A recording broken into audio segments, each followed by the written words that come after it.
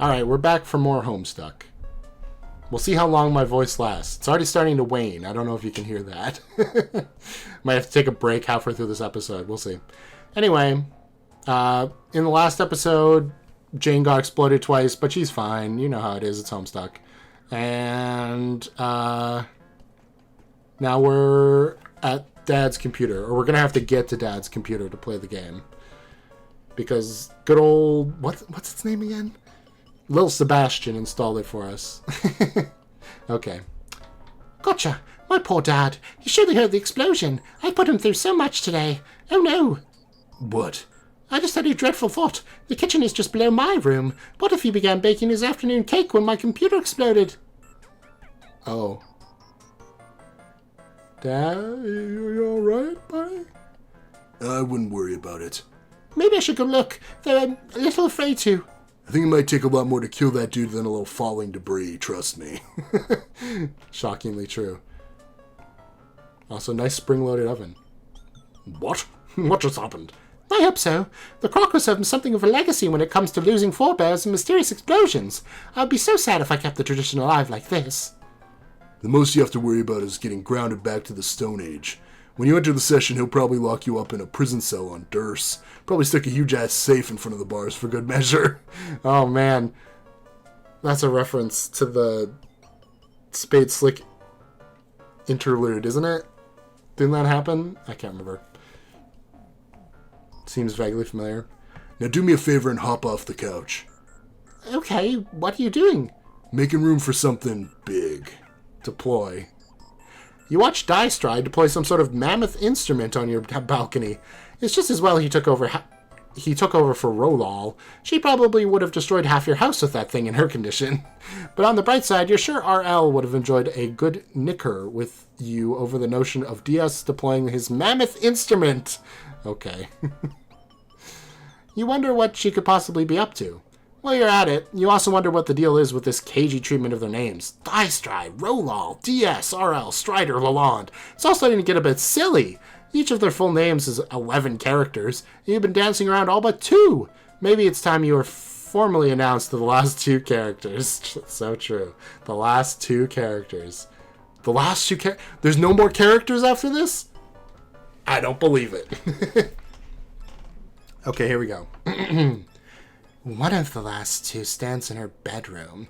It's a young lady. Due to some incident involving a purifier, an unabridged Colonel Sassacres and a perfectly white cat, she will not be able to assist her BFFC for some time. And due to the aggressive concurrence of all that takes place in Paradox Space, that incident has not happened yet. But what has happened yet was this young lady's 13th birthday. It took place almost 3 years ago, and on that date her placronym was engraved. It was engraved with 11 letters, to be precise, 9 of which you're already familiar with. You decided it couldn't hurt to take a peek at the engraving. You've been dying to get the scoop on the last 2 mysterious characters. Examine placronym. Hey, get that damn cat out of the way! Move tail. Roxy. Okay, so it's not Rose. And it's not Dave 2. No, my Dave 2 theory. Roxy. Okay. Thank you, cat who was probably Jasper's. The final 2 chromosomic symbols have been released from their fluffy, twitching prison. Examine room. Your name is Roxy? God damn, do you love wizards? You wish and hope they are real, and that if so, too is their magics and stuff. You enjoy writing fan prose for said magical man, but you think maybe it's not so great. You are, however, quite great at the esoteric sciences, such as ectobiology, dark fenestrology, and the delicate art of a purification. You've tended to accrue dead preserved specimens from your experiments, little to none of which aren't feline. Oh. Oh. Jasper's is still just alive, then. I think. How? Wait, what? Did Vodka Mutini become Jasper's? Because wasn't she sent back with Vodka Mutini? Oh, this is some paradox stuff I don't even want to know about. Anyway, she's got like an AK-47 on her desk. She's got Game Girl. Very interesting. Anyway, You aren't one to shy from a bit of gaming, particularly the sort well past its prime. You have a real soft spot for old-school technology. It's fair to say most of your leanings are governed by a bent for nostalgia. Your coding cred is totes ridic, basically making you the hottest shit hacker bitch you ever knew. As Dedali to the grit ass, she is beautiful. You're known to non-seldomly employ a roguish demeanor toward the fellas, a habit not especially jeopardized by your non-infrequent inebriation. Which is to say, against the better judgment of one your age, you like to dip into the sauce now and then. Okay, unless your mom is looking, which happens to be virtually never, and considering she's been known by the knowledgeable to be in possession of vision omnifold, this strikes you as a particularly stunning lapse in parental diligence. But you have good friends and many distractions to fill this void in your life. What'll you do? Wail like an alley cat and blow bubbles in your drink. Roxy is not empowered to resurrect this crusty old gag template because all of a sudden, she's too busy being the other guy. We've absolutely gotta peep the last 2 letters of this Max Chill dude's name on the devil fucking double. Xamin Placronym. Wait, the horse is alive?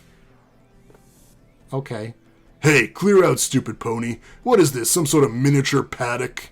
Pony, wake up. Dirk! Okay. That's a type of... I know this. It's a type of dagger, right? It's like a Scandinavian dagger or something. I don't remember why I know that. But I do. Thanks, Pony is presumably a tiny maple hoof for some reason. The final 2 diluvial symbols have been unearthed from countless crushing ounces of slumbering pony. Examine room. Your name is Dirk. Holy shit, do you love puppets. You possess the extreme dexterity to operate your false friends unseen. That is, when they're not preambulatory through your lovingly imbued mechanization. You dig writing cognitive algorithms for said apocryphal men, and think maybe that's fucking dope. Guess what else is dope? Everything else you do. You're a sick, wicked autodidact on ancient civilizations, a self-made master of mythologue, and a preternatural pop culture academe. If you weren't so damn aloof and actually let people get a load, you might be described all kinds of ways. Maybe tagged as a Renaissance ninja, philosopher prince, and flash step puppeteer, or perhaps a pantheonic ironicist, gangsta logician, lucid waker, and Dursite spy. Screw descriptors, though, as if the shits you give ain't nil. You're cool with dabbling in the fine sequential arts, and your work could be viewed by some as borderline pornographic. It's very true. And to those Philistines, you'd be heard wondering, what the fuck do you mean borderline? Gets the better judgment of one your age. You build robots, set them to kill mode, and spar with them to the death. That is, when you're not sendificating them to friends or dueling them with rap lyrics. But you try to cool it on the deathmatch stuff when your bro is looking, which is virtually never. And considering he's had a reputation staked on some order of marital nobility, this strikes you as a staggering oversight in brotherly vigilance. You don't have the heart to hold it against him, though. What do? Okay. There's a lot going on here. Oh god, what is on the TV screen? Okay, so there's a little robot guy, a little robot fella. Horse stuff, for sure. Unfortunately. Cal is here. This is the Cal that got sent back in time. The rocket board is here, so he reverse engineered that in this universe as well.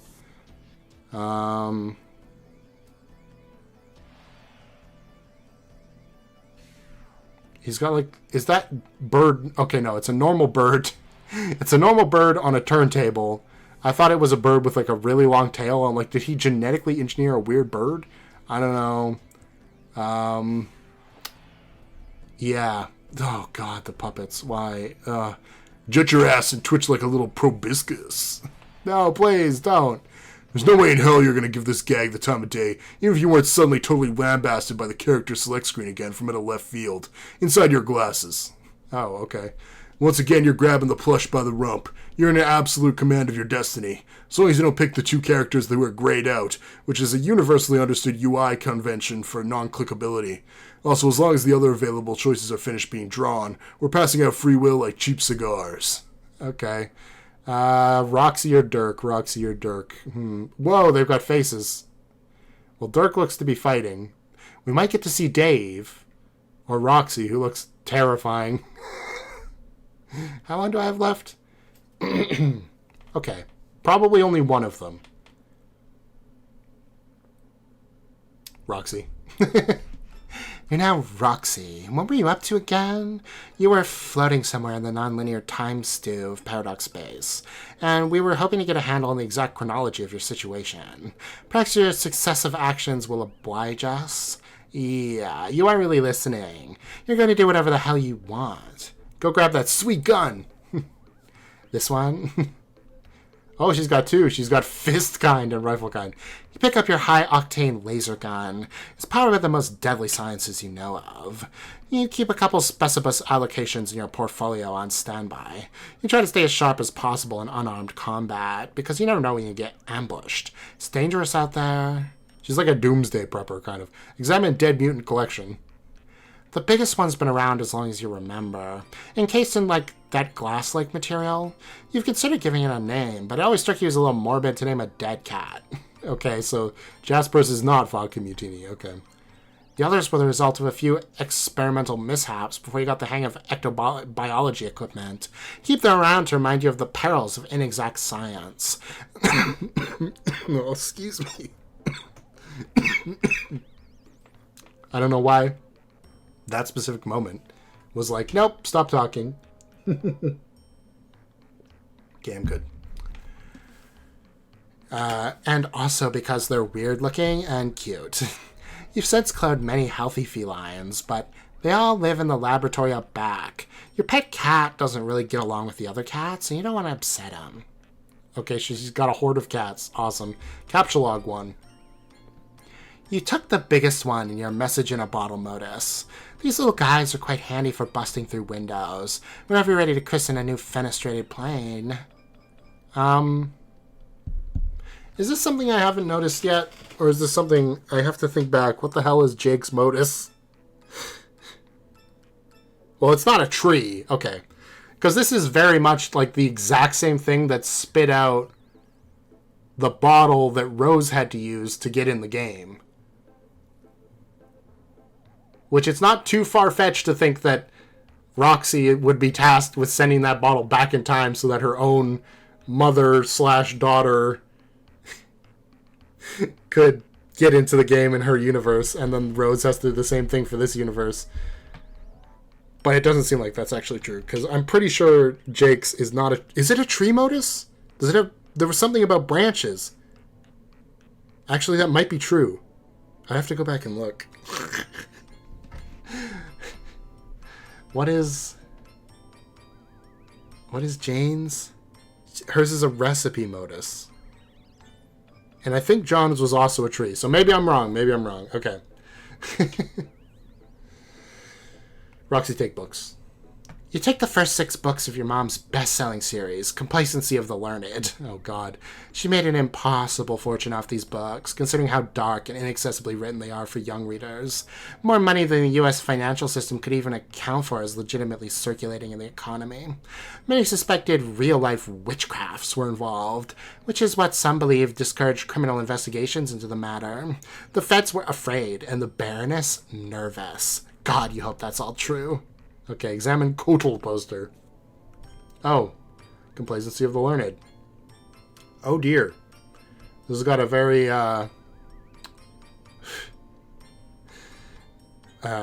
English feeling, type thing. Oh, and the 2 snakes. Didn't we see the 2 snakes? The 2 snakes were something else too. I don't remember. Some original edition cover art from one of the books. It features the androgynous young apprentice Calamasis, who throughout the series plays the roles of anti-hero and chief antagonist. Shahi convinces fellow disciples to rebel against Zazurpan's vaunted complacency, and one by one hunts down each wizard. All 12 are killed but the predicant scholar himself, forcing a showdown. The poster depicts the notorious chess match between Calamasis and Zazurpan. Zazurpan had a reputation for being unbeatable. He had never lost a match, even to the gods, but his apprentice was able to beat him in a wizard's duel by first becoming checkmated, and then through some unprecedented enchantment continuing to play beyond the death of the king. You love your mom's books and find them heavily inspiring, but you can't help but feel the work is exhaustingly heavy-handed at times. You kind of prefer to write more lighthearted things, actually crack a joke now and then, you know? Rose is a seer. I don't know if that crosses into this dimension as well.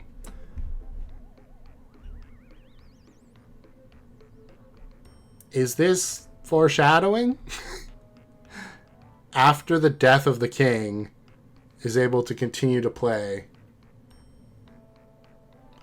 and defeat Zazurpan? I'm not sure.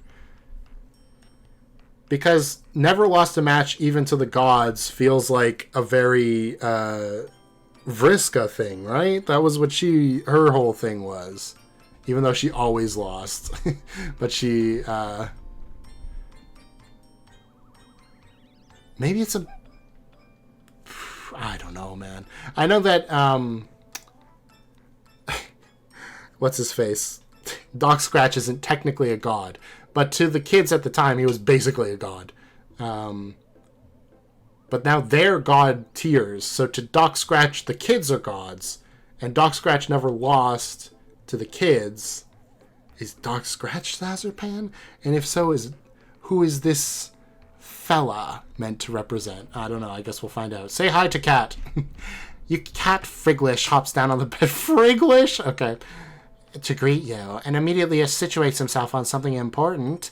One of your creative writing journals. You named him after your favorite wizard from Kotal. He was just such an endearing, bumbling fellow before he got murdered. Calamasis put an insidious curse on him, which caused him to go insane over several years. He began filling a book with all of his arcane knowledge, which was said to be limitless. The tome grew to monumental proportions and became a virtually unreadable patchwork of impenetrable erudition. When the young wizard finally caught up to him, he was a quaking, incoherent madman.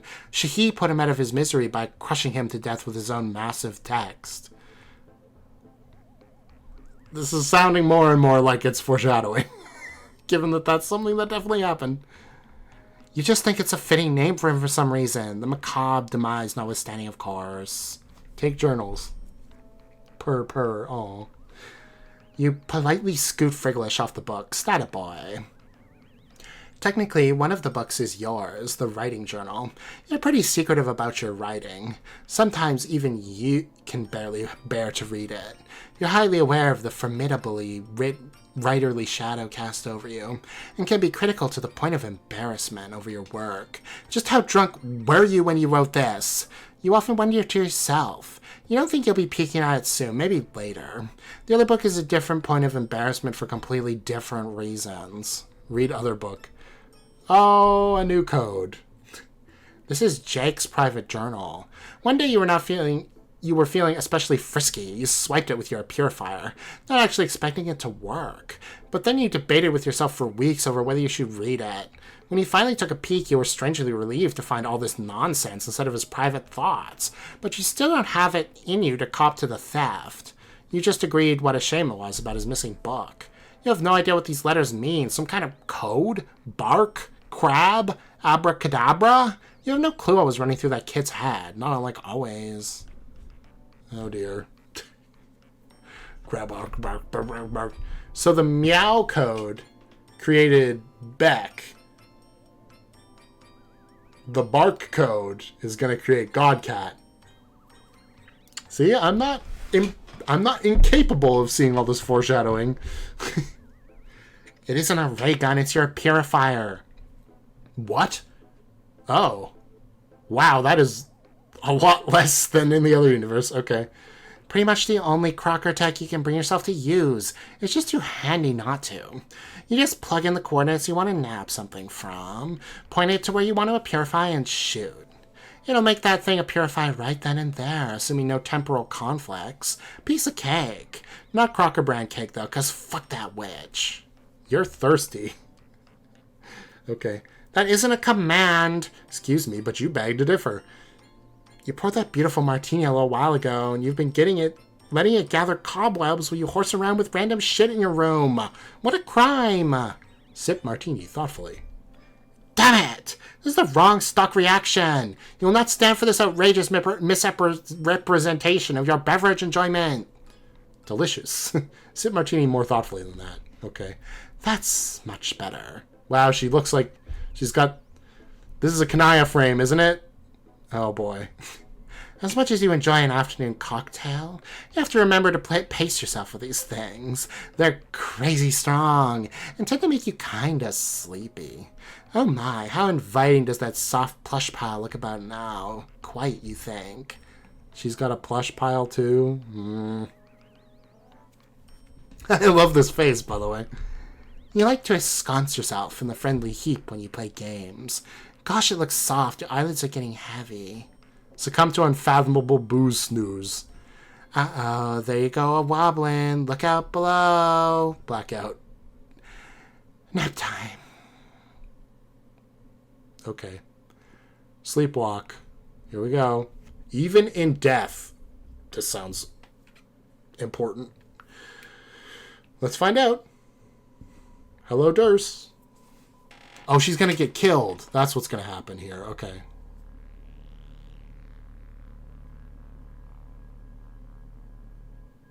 Or they're going to attempt to kill her anyway.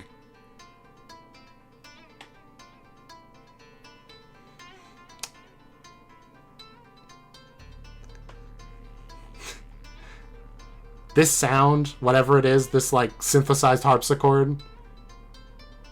Why is he bloody? Did he kill Diamond's Droog? Is the most Homestuck sound, is what I was going to say. Oh, he's got orange eyes. I guess that makes sense. Is she just flying to Skya?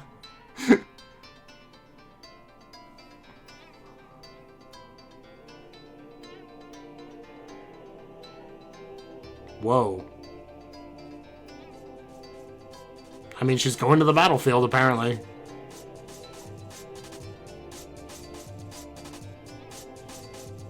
Oh my god, it's been colonized. Huh?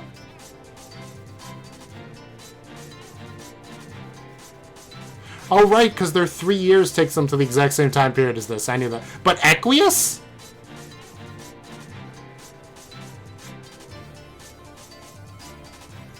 Even in death. Oh.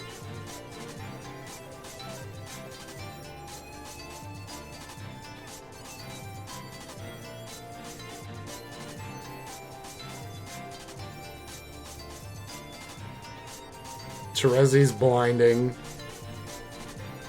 These are the dream bubbles, right? Those are the little teacups from Nepeta's realm. There she is! A god tier Karkat? Okay.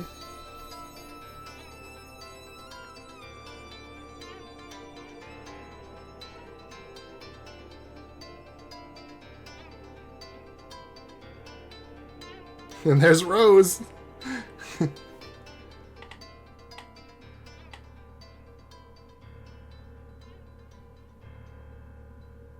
I'm your mother. Okay. Dream bubbles. Definitely dream bubbles. Okay. Now I know. She can just fly to the outer... Wait, do you need to fly to the outer ring to get into a dream bubble? If you're alive on the dream world, you should have to, right? Okay, I think I have to watch that again, probably. This is the first one I've had to watch again in a while, because I didn't understand what was going on at the beginning of it. Dream bubbles. That's what's happening here. So was that like an alternate universe Karkat who died? Who's now hanging out with Nepeta? Because Karkat's still alive right now. For now. God. And it's not unbelievable he could have died. But he's god-tiered, so like how would that have happened? I don't know. The Outer Ring's beyond space and time, so it's possible that that's the future for Karkat? But I don't know. That doesn't seem quite right. Also, why is Dirk covered in blood? He must have killed... It's red blood. So it's either another human, which doesn't make any sense, or it's a chess person from Durst, which makes more sense. Probably Diamond's Droog, who went to try to kill him. I'd have to imagine. What is this blue swirl? I desperately need to know. Because this is like the universe, like the fabric of the universe, and it's taking her to a dream bubble Skya. At first I thought, when I said it was colonized, I thought that the queen had already started building factories onto the battlefield, but that's not what happened. That's not what's happening. There's a Dave here, 2 Irradiobots, and Equius, which Equius and the Irradiobots makes perfect sense. The Dave, I guess that could be dead Dave, but why is he god-tiered? That's Earth from the other universe A. Or, yeah, A. There was Kanaya's little zone, and Rose, her enter scene, but she's god-tiered? So I guess maybe that's Dave in a dream, visiting Equius and Irradia in a dream bubble. And this is Terezi in the dream bubbles. Reliving the best part of her life, definitely. And this is a mixture of Nepeta and Karkat's world. Is that basically what it is? I think so. I don't remember what Karkat's looked like, but blood makes sense. Well, at least Nepeta gets to be happy in one dimension. It's the, like, afterlife, but whatever.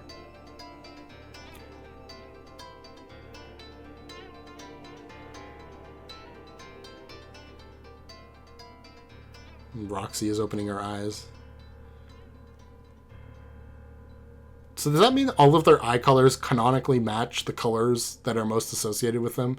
Like Rose has purple eyes, Roxy has pink eyes, Dirk has orange eyes, Dave has red eyes, we knew that. John has blue eyes, Jade has green eyes. Jane? What's Jane's color? Light blue, right? So, similar. Makes sense. Jake is dark green, Jade is light green. All the trolls' eyes matching their blood colors makes some sense, I guess, whatever. I just didn't think about it with the humans as well. It's not their blood color, but it's their main motif color, you know. Huh.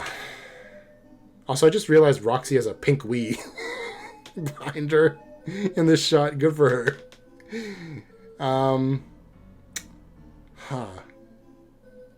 So the universes are still intrinsically connected. Like, they didn't really, or at least they haven't yet, left the dead people behind. And, oh god, there are Radiobots who are fine with hanging out with Equius. But also, Rose and Kanaya's worlds were so close together. That's got to be Dream Bubble stuff, right? Because they're so close to each other. Fefri really did do something. Too bad she didn't live to see it, but whatever.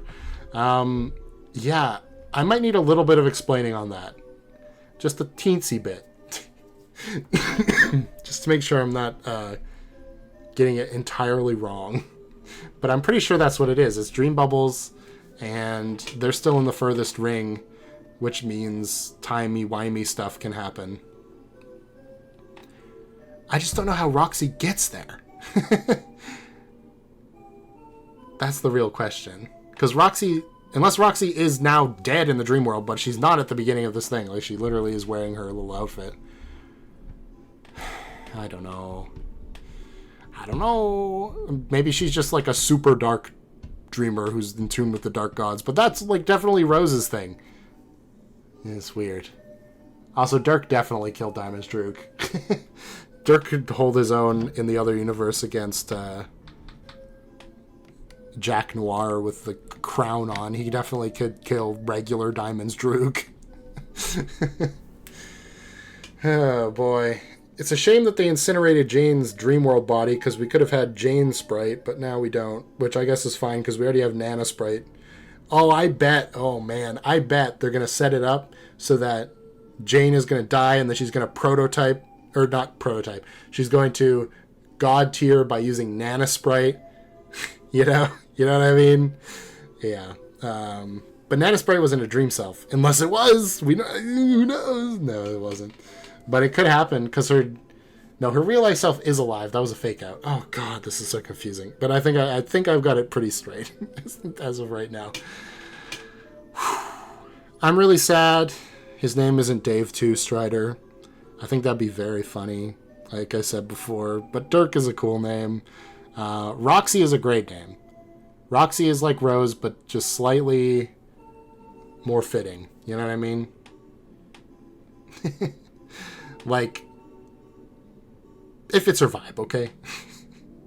I can't believe Jaspers is alive, but his name is Friglish now. Poor guy. Which name is better, Jaspers or Friglish? They're both actually not that bad. Having a cat named Friglish would be pretty funny. And I'm sure there are plenty of people who do that read Homestuck, had a cat named Friglish, or still do. But I don't know, Jaspers is just so iconic. How could I go with anything else? So I guess that's part A of the question today. I guess part B of the question of the day for today, because yeah, I'm ending the episode early. I know it's pretty early, but like, this is the perfect place to end an episode on, and my voice was already strained, so whatever.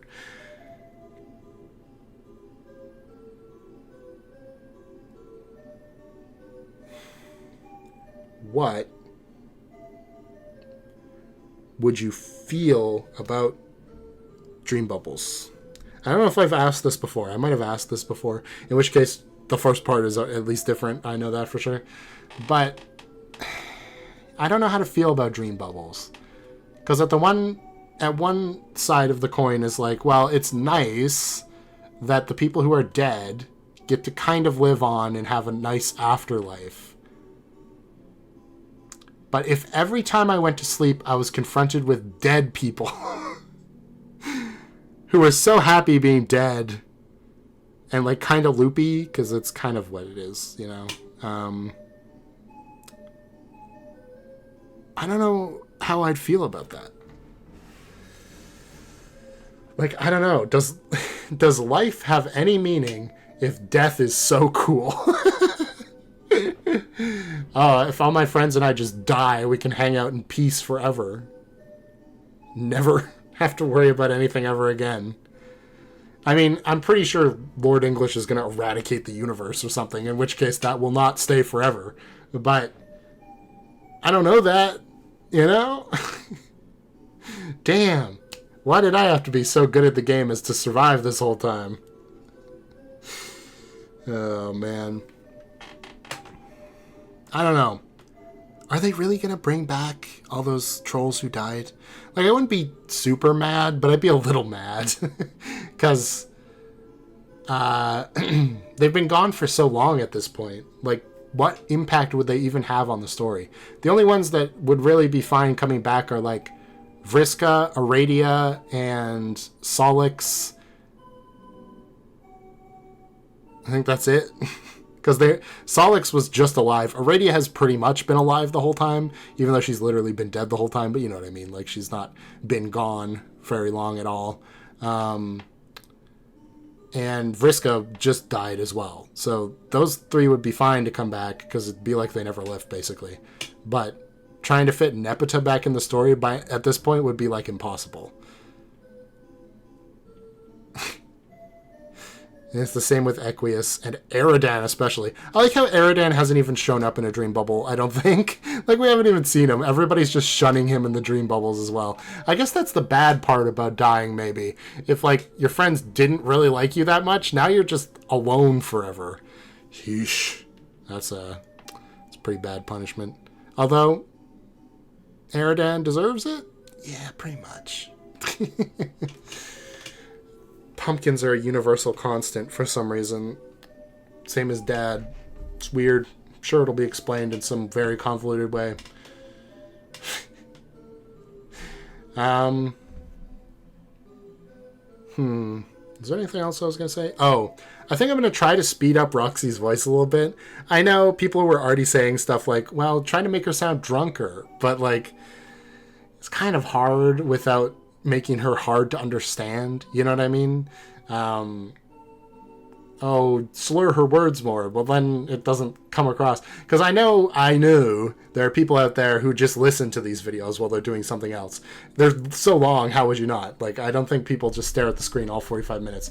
So when I'm reading stuff out, I like to at least try to make it somewhat clear for the people who aren't looking at the text on the screen.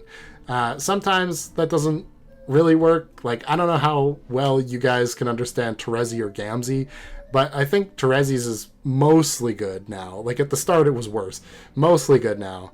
And Gamzee is kind of, you just got to get used to it, hey? Dracula. Everybody else is pretty clear, I think. I'm a little worried about Roxy's voice being unclear if I do anything else. And it takes so long to read her lines if I'm going really slow too. So more like what I was reading for the text for. I still think having her like pause sometimes to like think about what she's saying next really makes sense to me. But that's like it. You know? Like, I don't want to go like, I know what I'm talking about all the time. Unless that's like the text is clearly like stretched out to imply that, you know? So yeah, that's that. Also, I don't know about Dirk. His voice is getting like deeper and deeper, and it's basically just aqueous now. I don't know what's going on there. It'll settle in as we get like more time with them, but because this is like Dave, right? And this being Dirk, it's like different enough that if they were to talk to each other, it wouldn't be that bad. So that's a good thing. But yeah, I don't know. The Dave voice is just so easy for me to do. I don't know why. I don't remember whose voice this was. Because that's the voices that are easier for me to do are ones I've done before. So I have like practice with them. I don't know whose voice this was. And sometimes those voices aren't even from like stuff that's on the channel. Sometimes they're from like, when I was playing Ace Attorney Trilogy the first time, I'd just give characters voices and read lines sometimes because it would help the information stick in my head better, right? So, like, this was the judge's voice, which is why I still know it to this day. And then it became Correcchio's voice. What was the other one? Well, isn't that interesting? That's Miles Edgeworth. Phoenix, right. You know, it's rude to say such things to me after I came back to life, quote unquote. And I think this was Maya's voice. I think that's why I know this one so well. Yeah, I think so. Because pretty much all my girl voices are like this voice and then like modulated a little bit to be a little different. Pretty much. Except kind of Rose, because hers is like a different level entirely. Like it's like a different vibe. It's kind of, I don't think I use this voice for anyone. It just kind of, looking at her, came to me. I've probably used it for a different character, but that's, I don't know. And then Roxy is like Rose, but a little bit more staccato. Like she just like really enunciates stuff. Or doesn't. This was voice workshop with Guiltyflygon because I needed to ramble, I guess, about that. I don't know. Thanks for watching. Again, like and subscribe. I hope I said it at the beginning of the episode. I actually don't remember if I did or not. Stupid.